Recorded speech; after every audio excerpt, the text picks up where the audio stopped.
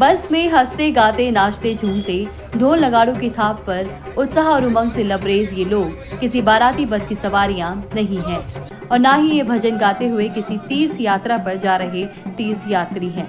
दरअसल दिल्ली में मयूर विहार फेज 3 से ये लोग पड़पड़गंज विधानसभा के रासविहार डीडीए पार्क में जा रहे हैं।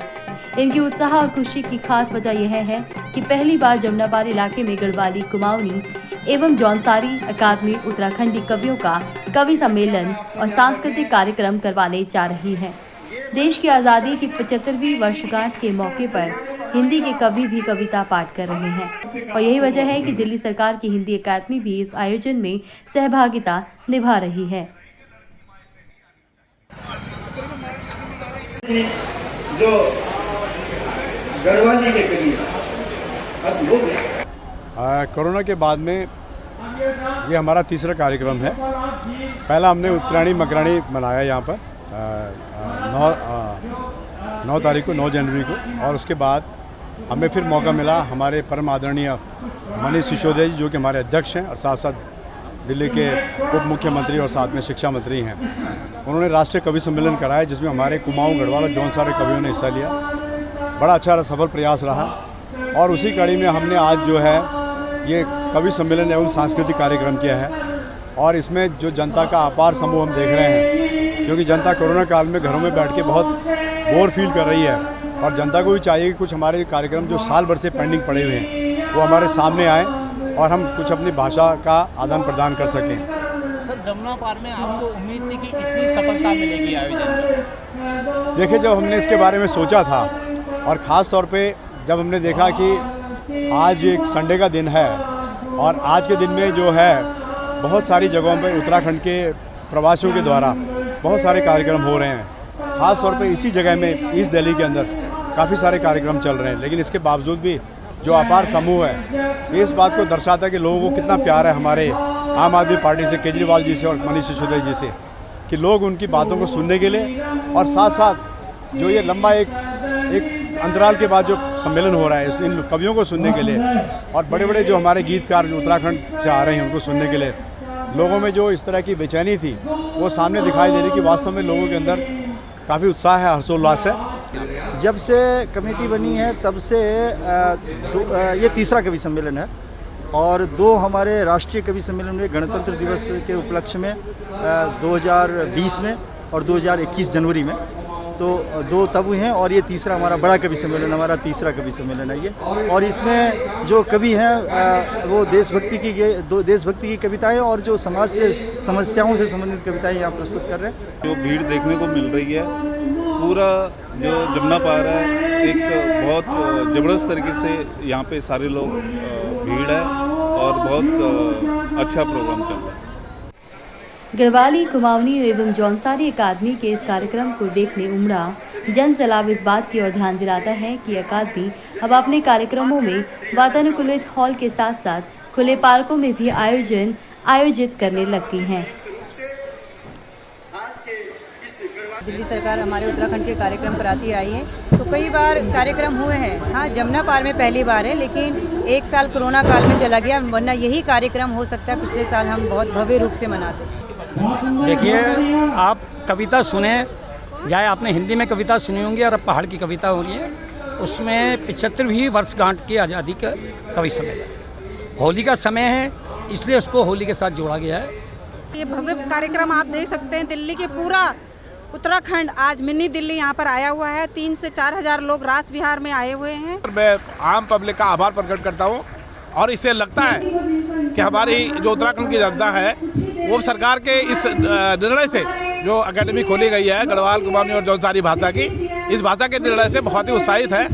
उससे ये स्पष्ट होता है कोविड-19 महामारी के चलते दिल्ली एनसीआर में साहित्यिक और सांस्कृतिक कार्यक्रम थम से गए थे। यही वजह है कि पूर्वी दिल्ली के रासविहार में आयोजित गढ़वाली कुमाऊनी एवं जौनसारी अकादमी के इस भव्य और सभ्य आयोजन में कवि और कलाकारों के अलावा दर्शकों में भी गजब का उत्साह देखने को मिला।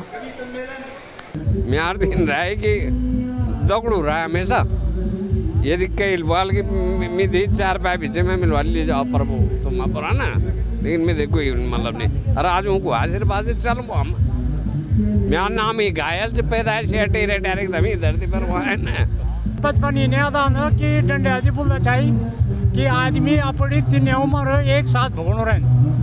बचपन हम अपन नाती मती होना चाहा मेरे नाती से मेरे गड़ाई और जवानी हम अपने बच्चा लड़कों में भोगना चाहा और बुढ़ापा हम स्वयं भोगना चाहो। जबकि सबसे ज़्यादा साहित्यिक गतिविधि होती और सांस्कृतिक गतिविधि होती वह जो इसका पब्लिक मतलब इसका जनता जो आ जाए वो काफ़ी दिन बाद देखना को मिले और बहुत अच्छा लगा कि हमारे बीच इसका लोग है हमारे लोग हैं हम तो छोड़ना को नहीं तो वहाँ को सभी को हम आभार जताना। उतना ही लोगों को बुलाया गया ना, सबको तो नहीं बुलाया गया।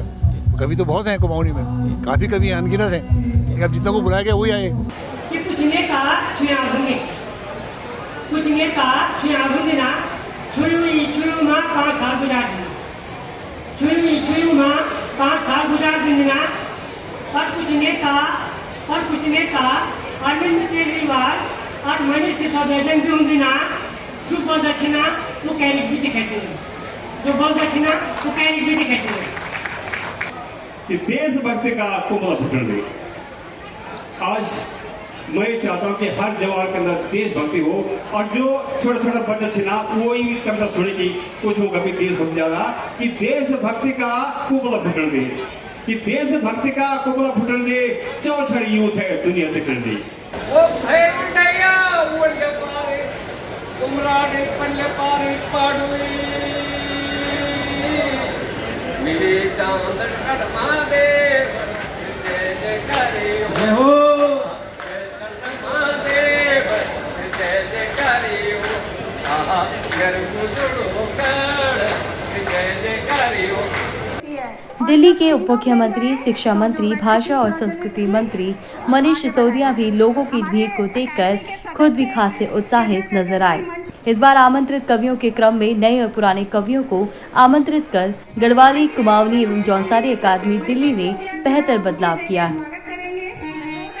आजादी के 75वें वर्षगांठ पर बहुत अच्छी कविताएं हमारे सामने आई, जिसमें कई कवियों ने हमारी सरकार, दिल्ली सरकार का बहुत ही सराहना की है, उनके काम की सराहना की है और इस बात की भी सराहना की है कि किस प्रकार से आप लोगों ने उत्तराखंड के प्रवासी जो कि 40 लाख की संख्या में दिल्ली और एनसीआर में रहते हैं, उनकी भलाई के बारे में किस प्रकार आपने सोचा, किस प्रकार आपने सोचा कि उनका जो ये कल्चर है, उनकी जो सभ्यता है, उनकी जो रीति रिवाज है, उनकी जो भाषा है, ये भाषा दिल्ली के अंदर जीवित रहे और ये हमारा जो समृद्ध, ये हमारा समृद्ध जो इतिहास है, हमारी समृद्ध भाषाएं हैं, ये भाषाएं हमारे बच्चों तक पहुंचे, इसके लिए आपने अथक प्रयास इस अकादमी के माध्यम से किए हैं।